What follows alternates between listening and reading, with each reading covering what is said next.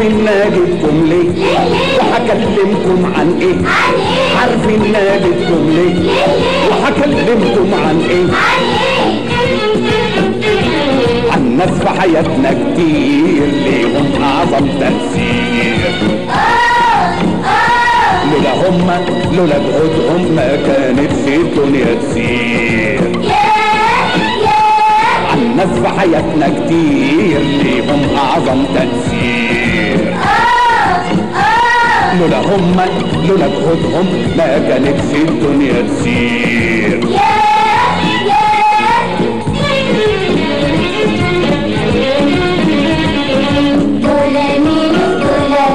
دول العلماء المخترعين. دول العلماء المخترعين كانوا شموع في ظلام العالم، احنا بأفكارهم عايشين. احنا بأفكارهم عايشين.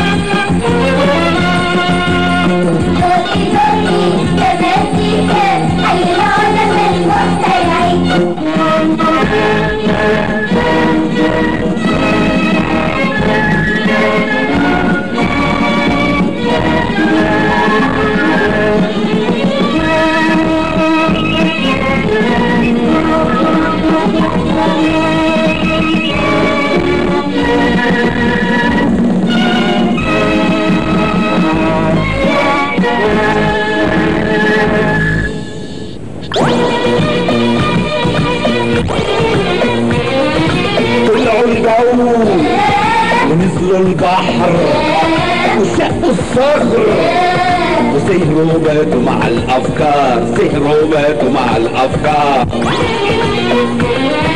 حبوا العلم وجابوا الحل وقالوا العقل يخلي ليالي الدنيا نهار. يخلي ليالي الدنيا نهار. دول العلماء المخترعين. دول العلماء المخترعين كانوا شموع في ظلام العالم، احنا بأفكارهم عايشين. احنا بأفكارهم عايشين.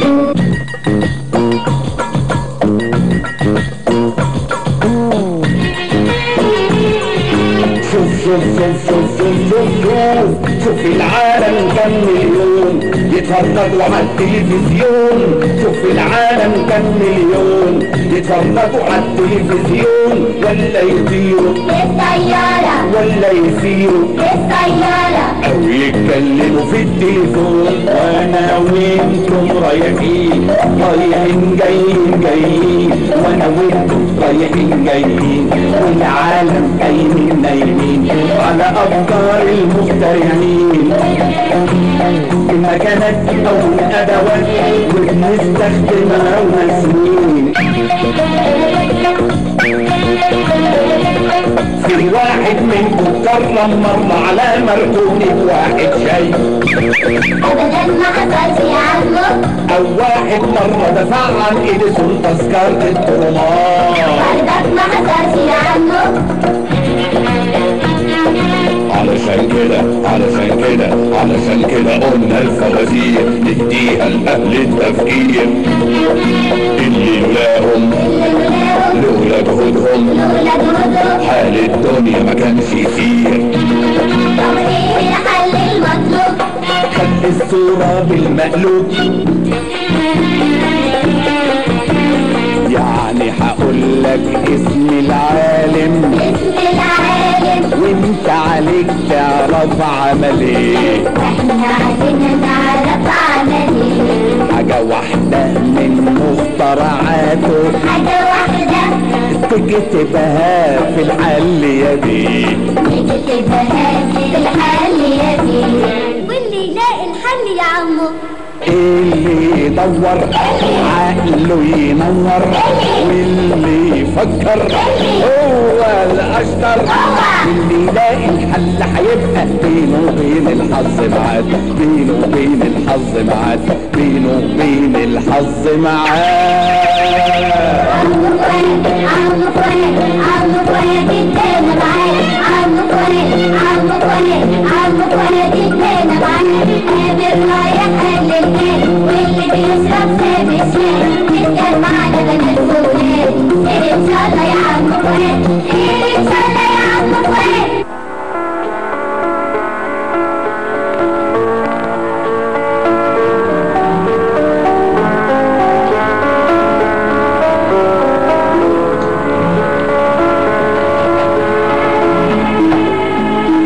القمر قمر والنجوم نجوم. معقولة بقالك 10 سنين من يوم ما اتجوزنا وانت كل يوم تطلع فوق السطوح وتقعد تبحلق في القمر بالساعة وتسأل نفس السؤال، القمر قمر والنجوم نجوم. ايه البحلق دي؟ يعني تبرق. بنات ايه الكلام ايه اللي بتقوليه ده؟ ايه ده؟ طبعا بفكر، كل الناس كل الدنيا بتقول كده، القمر قمر والنجوم نجوم، حتى العلماء، حتى علماء الفلك نفسهم بيقولوا كده. بس هل ده معقول يا ناس؟ مش ممكن، لازم نبحث ندور نفكر. لو بصينا لكل سر من اسرار الكون من اسرار الدنيا على انه كده وخلاص مش هنعرف حقيقة الاشياء، مش هنفهم حاجة، مش هنعرف حاجة يا لوبا.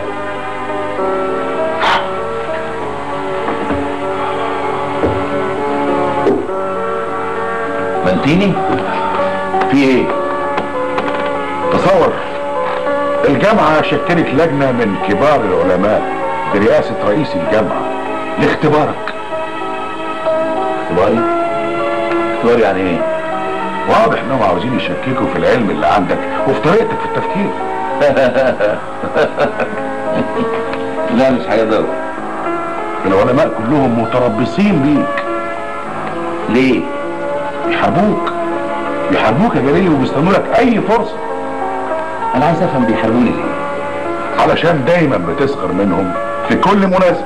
بسخر منهم علشان جهلة، علشان ما بيفهموش. القمر قمر والنجوم نجوم، لازم يدققوا عشان عقل الانسان يوصل لحقائق الاشياء. على العموم بكرة في الاجتماع العلني اللي هيتم هنا في جامعة بيزا هيوجهوا لك عدة اسئلة امام جمهور كبير جدا من العلماء والطلبة. ده تحدي بقى. بالتأكيد هيوجهوا لك اسئلة معجزة علشان يعجزوك، وبعد كده يعلنوا على الملأ انك واحد من الدجالين. لا مش هيقدروا، قبل كده تحدوني كتير وانا كسبتهم في كل مرة، المرة دي كمان انا هكسبهم. السيد جاليليو جليلي، اتفضل. تحت امركم ايها السادة. امسك دي. ايه دي؟ الواضح انها بيضة يا سيد جاليليو. ودي بقى مسلوقة ولا مقلية؟ انت بتهزأ من هيئة العلماء يا سيد جليلي؟ يا جليليو جليلي، انت مطالب باحترام هيئة العلماء، مفهوم؟ احنا مش هنطول عليك، دي لا مسلوقة ولا مقلية، دي بيضة نية. للبيع. ايه بقى الموضوع؟ عايز اعرف مالها بقى البيضة دي؟ ايه فيها ايه البيضة دي؟ باعتبارك عالم كبير ومفكر مطلوب منك انك تمسك البيضة دي. بصلي، انا لما بمسكها بصوابعي بوقفها على سنها كده، لو سبتها هتنام على جنبها. مطلوب منك انت بقى انك توقفها على سنها من غير ما تمسكها بايدك، مفهوم؟ يا جماعة بيضة ايه؟ فكروا في حاجة اهم، بلاش تهريج. تعالوا ونتعاون علشان نوصل لجوهر الاشياء ونكشف سرها. يا جليلي وجليلي، انت مطالب باحترام هيئة العلماء، مفهوم؟ نجاحك في التجربة دي شرط لاعترافنا بيك كعالم، مفهوم؟ حضراتكم عايزيني اوقف البيضة دي على سنها المدبب. حاضر.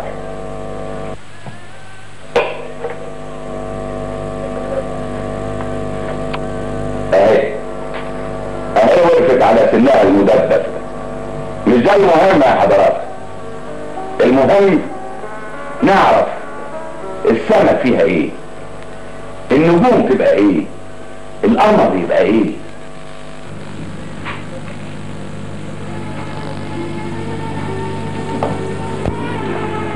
انت طول عمرك عايز تعرف السما فيها ايه. ايوه.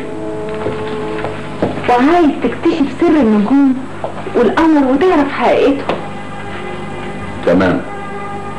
النتيجة اللي وصلت لها انك مستحيل هتعرف. ليه؟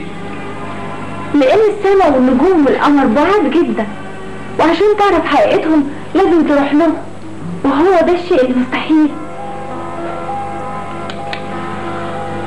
بس متهيألي ممكن نكشف سر القمر والنجوم واحنا على الارض في مكاننا. ازاي؟ يعني بواسطة حاجة، بواسطة آلة، اي حاجة تخلينا نقرب البعيد. هو ده بالظبط اللي انا فكرت فيه، بس ايه هي الحاجة دي؟ في العين الصناعية. العين الصناعية اللي تعوض نقص العين البشرية. شوف المشكلة ايه؟ المشكلة نظر الانسان محدود بمسافة بسيطة في الكون الممدود، وانا عايز سر الاشياء المتخبي يصبح مكشوف لعيون البشر والعقل البشرية. مش ممكن ابدا، مش معقول عايشين في القرن 17 وسايبين المجهول مجهول، شاغلين روحنا بنظريات نظرية ما توصلناش لنتائج حقيقية، نتائج عملية. والحل ايه؟ الحل العين الصناعية اللي تقرب كل بعيد وتخلي مدى الرؤية يزيد، تكشف اسرار الكون حوالينا على حقيقتها زي ما هي. غريبة، كل ما نوصل لحاجة يتهيألي تبعد. كأن معمول لنا عمل يا منتين يا اخويا. ها وصلتوا لحاجة؟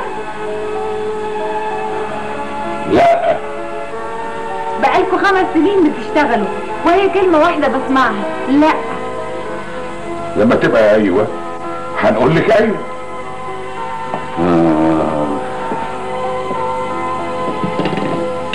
واحد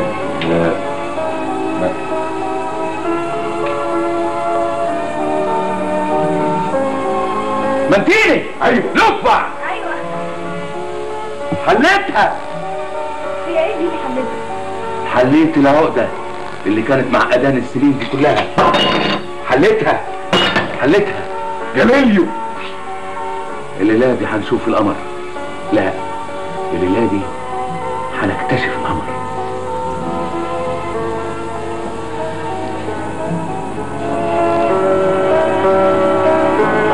أيها السادة، من على هذه المنصة وفي هذا اليوم المشهود من سنة 1609 نعلن نحن هيئة كبار علماء جامعة بيزا الإيطالية أولا عدم صلاحية الاختراع الخاص بجاليليو جاليلي.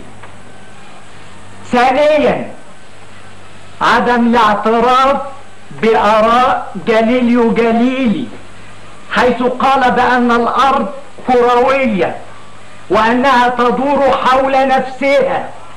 اوعوا من فضلك. بتدور يا جماعة، بتدور، صدقوني بتدور، وأكد لكم إنها بتدور.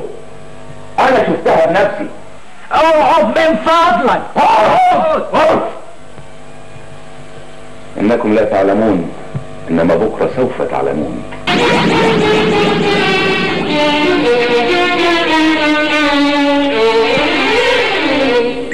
هذه الحكاية وادي الرواية، هذه الحكاية وادي الرواية، ادي الحكاية من البداية للنهاية. قالوا اللي يتعب لابد يكسب جوايز، يغرق هدايا. يلا يا شاطر يلا يا شاطرة، مع السلامة ومعادنا بكرة. يلا يا شاطر يلا يا شاطرة، مع السلامة ومعادنا بكرة. وهو نفس الميعاد، وهو نفس الميعاد، وهو نفس الميعاد. I'm